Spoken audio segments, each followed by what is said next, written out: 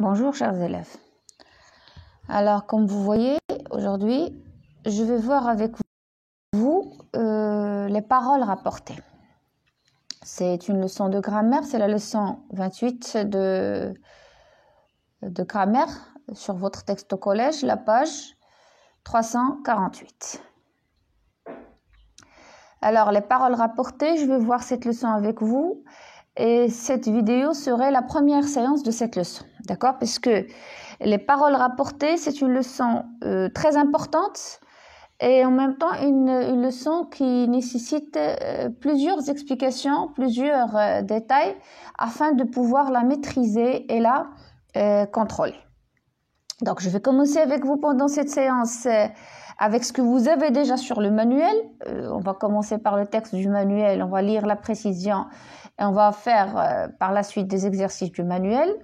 Mais je vais vous envoyer d'autres vidéos sur les paroles rapportées et je vais faire avec vous encore une fois les paroles rapportées d'une manière plus détaillée avec plus d'explications. Mais pour pouvoir faire tout ça, vous devez d'abord savoir c'est quoi les paroles rapportées. Déjà dans le mot parole, donc les paroles, c'est-à-dire il y a quelqu'un qui parle. Et paroles rapportées, c'est-à-dire on rapporte les paroles d'une autre personne. C'est pas moi qui ai parlé, mais je dis ce qu'une personne a dit. D'accord? Je peux même parler moi-même, d'accord? Mais les paroles rapportées, c'est le fait de rapporter ce qui est dit. Donc, vous allez mieux le comprendre. Une fois, on va commencer le travail. Alors, je vous demande, s'il vous plaît, de rester concentré. Et si vous voulez, vous pouvez mettre la vidéo en pause. Vous allez lire le texte à tête reposée pour pouvoir suivre avec moi les réponses, d'accord, aux questions que vous avez à côté du texte. Voilà, donc je vais commencer par lire le texte dans tous les cas. Le texte dans la rubrique « Observons ». Le narrateur et son domestique Conseil sont bloqués dans une grotte au bord de la mer. Donc là, c'est le chapeau. Tout d'un coup, je fus réveillé par la voix de Conseil. « Alerte, alerte !» criait ce digne garçon. « Qu'y a-t-il » demandai-je, me soulevant à demi. « L'eau nous gagne. » Je me redressai. La mer se précipitait comme un torrent dans notre retraite. Et décidément, puisque nous n'étions pas des mollusques, il fallait se sauver. En quelques instants, nous fûmes en sûreté sur le sommet de la grotte même. Jules Verne, 20 000 lieues sous la mer, 1870. Donc voilà, c'est un petit texte. De quel type? Bien sûr, il s'agit d'un texte narratif. Donc écrit par Jules Verne, tiré de 20 000 lieues sous les mers.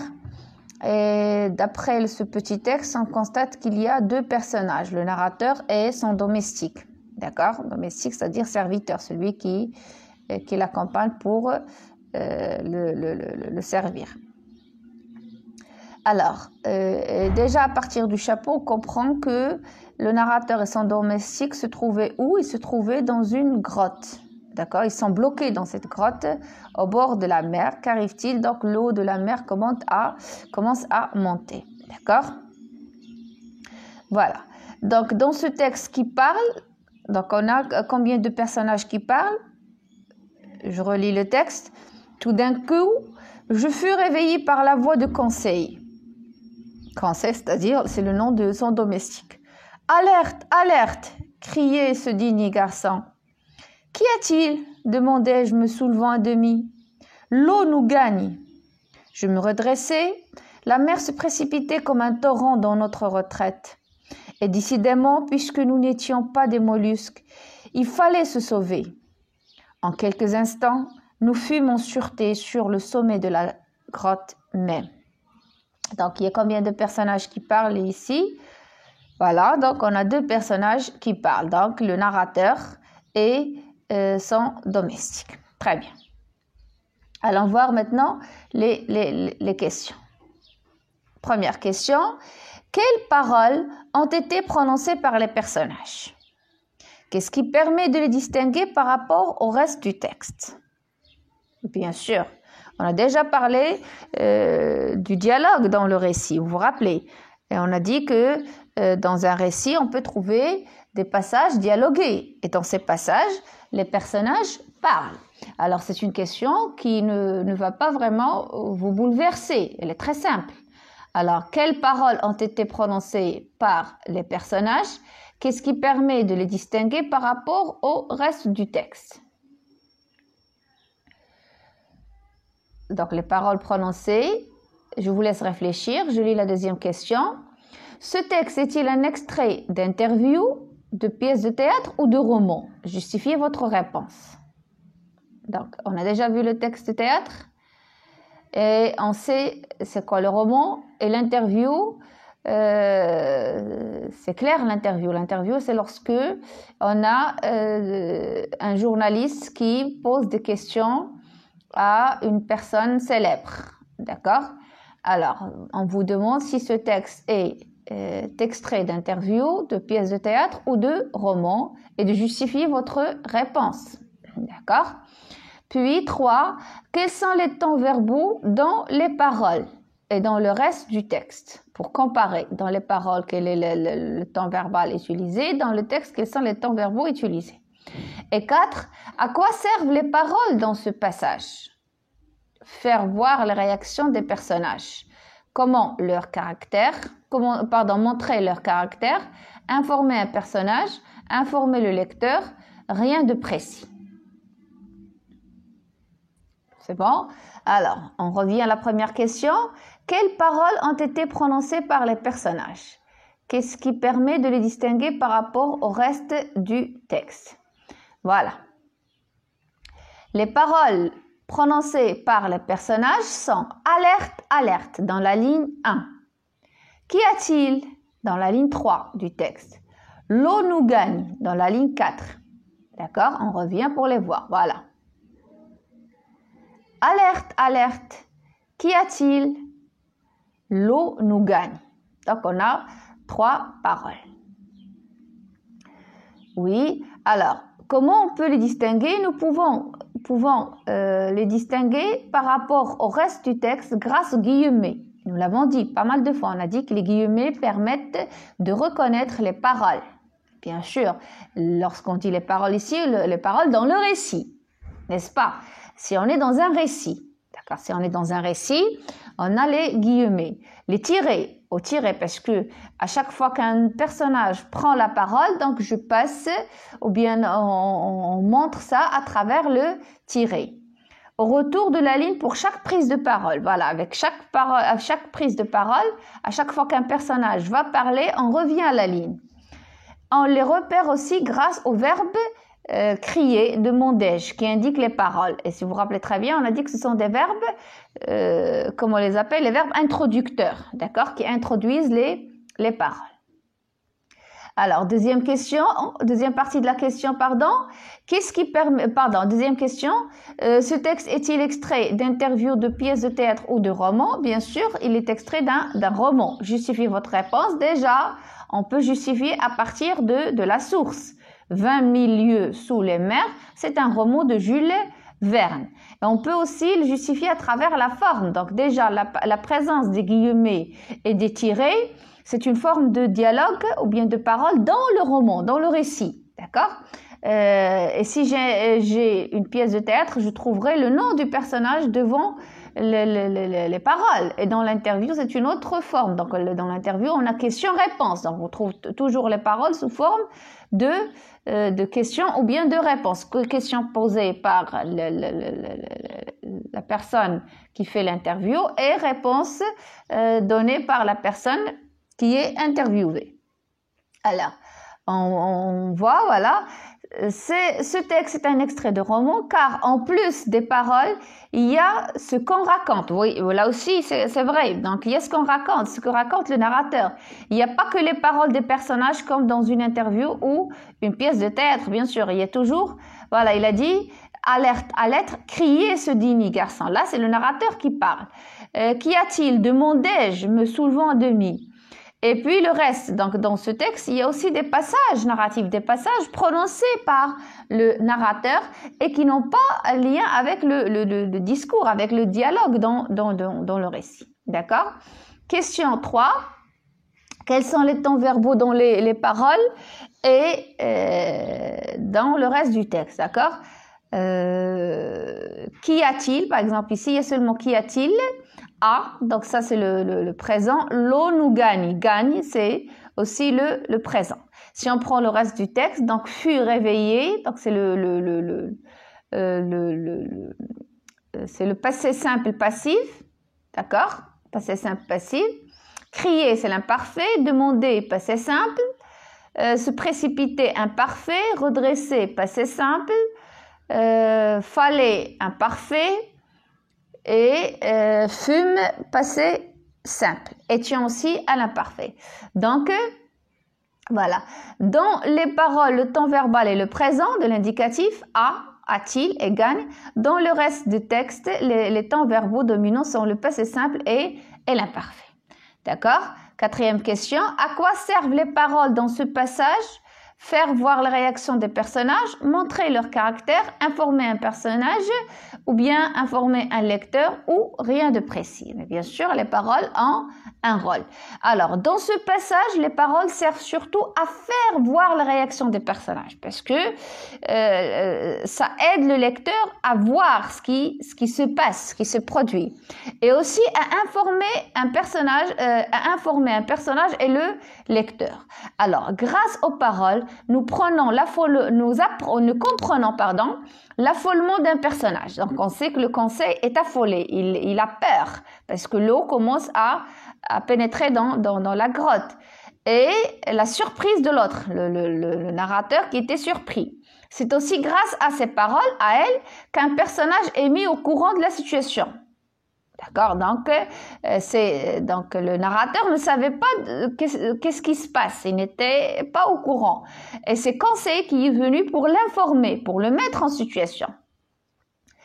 Et du même coup, grâce à cet échange entre les deux personnages, le lecteur comprend qu'ils sont dans une situation difficile. Voilà le rôle de ces passages. N'est-ce pas? Maintenant, on va lire précisément rien que pour savoir c'est quoi les paroles rapportées, quel est leur rôle. Et bien sûr, je l'ai dit, dans la prochaine vidéo, je vais vous parler d'une manière plus précise et plus claire des paroles rapportées, comment passer du discours direct au discours indirect, ainsi de suite. Ça, c'est dans une autre vidéo. Alors, les paroles dans un texte. On peut résumer ce qui a été dit par un personnage, un ou des personnages. D'accord.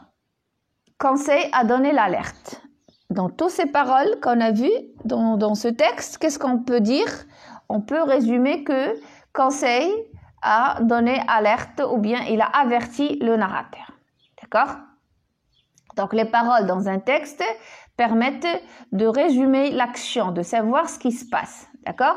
Dans ce cas, on sait qu'un personnage a pris la parole, mais on ne sait pas exactement ce qu'il a dit. Ce procédé met en valeur le fait de parler, mais les paroles elles-mêmes sont considérées comme sans importance. Alors, j'explique ce qui est dit dans ce passage. D'accord. Lorsqu'on dit « Conseil a donné alerte », on sait que le domestique a averti le narrateur, son maître. Mais on ne connaît pas les détails, on ne sait pas de quoi il s'agit, si on prend seulement ce résumé. Alors, lorsqu'on a ajouté les paroles des personnages et on a permis aux personnages de parler et on a rapporté les paroles des personnages, alors là, on a compris exactement ce qui se passe, on a compris la situation mieux. Alors, avec les paroles, on a bien compris, donc, mais sans paroles, la situation n'était pas vraiment si importante, d'accord? Voilà, ils l'ont dit, on sait qu'un personnage a pris les paroles, mais on ne sait pas exactement ce qu'il a dit, d'accord? Maintenant, on peut rapporter directement les paroles. Alors, les paroles rapportées dans le récit, on peut les rapporter directement. Comment ça directement? C'est-à-dire sans modifier. On met le signe de ponctuation et on annonce la phrase telle qu'elle était prononcée par le personnage. Et avec un verbe introducteur, on montre de quoi il s'agit. Alors, on peut rapporter directement les paroles, comme on peut les rapporter indirectement. Comment ça indirectement? C'est-à-dire, on dit qu'il a dit. Alors, on va voir. On peut rapporter indirectement les paroles. Ce procédé permet de retenir l'essentiel de ce qui a été dit. Donc, on ne va pas entrer dans les détails. Pour cela, on emploie des propositions subordonnées. D'accord. Le narrateur demande ce qui se passe. Conseil répond que l'eau monte. Vous voyez là, on a dit ce que le narrateur a dit et on a dit ce que Conseil a dit. Mais on n'a pas rapporté les paroles telles qu'elles étaient dites par les personnages. D'accord? Le narrateur demande ce qui se passe. Si le narrateur parlait directement, qu'est-ce qu'il va dire? Si on fait l'inverse, si on laisse parler le personnage, le narrateur, on va dire « Qu'est-ce qui se passe ?» On va mettre tiré. Qu'est-ce qui se passe? Point d'interrogation. Demande le narrateur. Là, les paroles sont rapportées directement.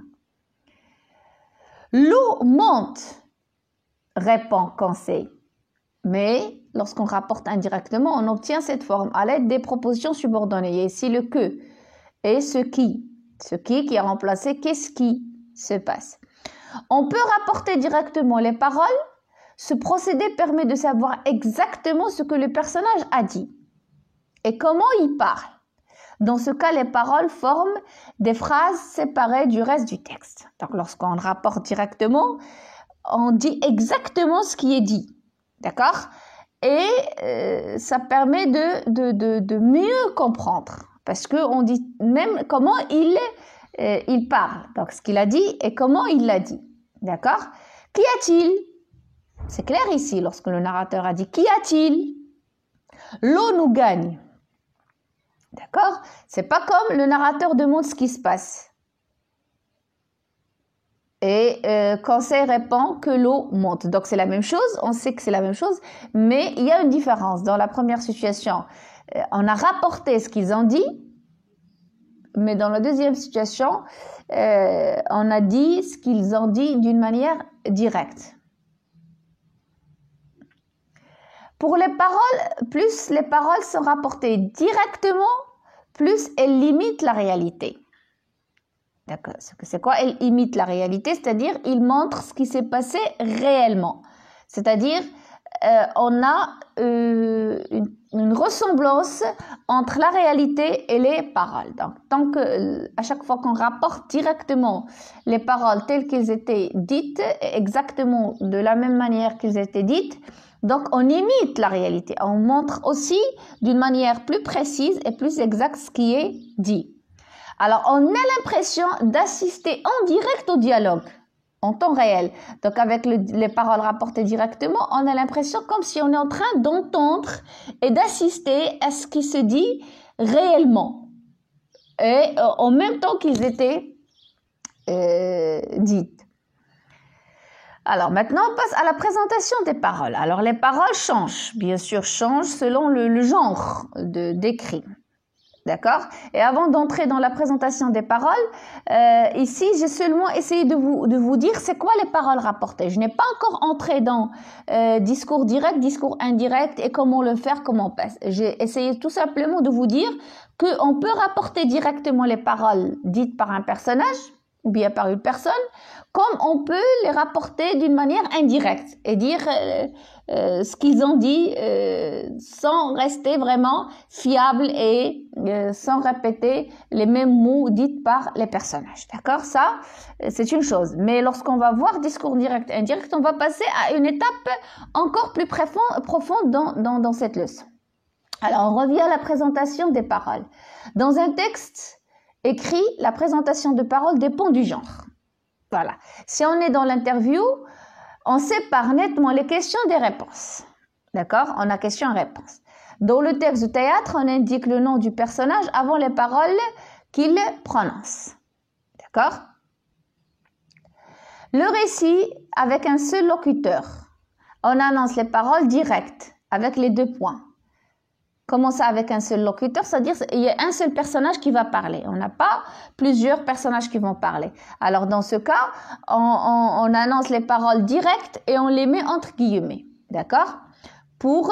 On peut les encadrer avec les guillemets pour les faire encore mieux apparaître. Soudain, quand c'est écrit alerte, alerte, et on ferme les guillemets. Là, pourquoi? Parce que on comprend qu'il y a un seul locuteur.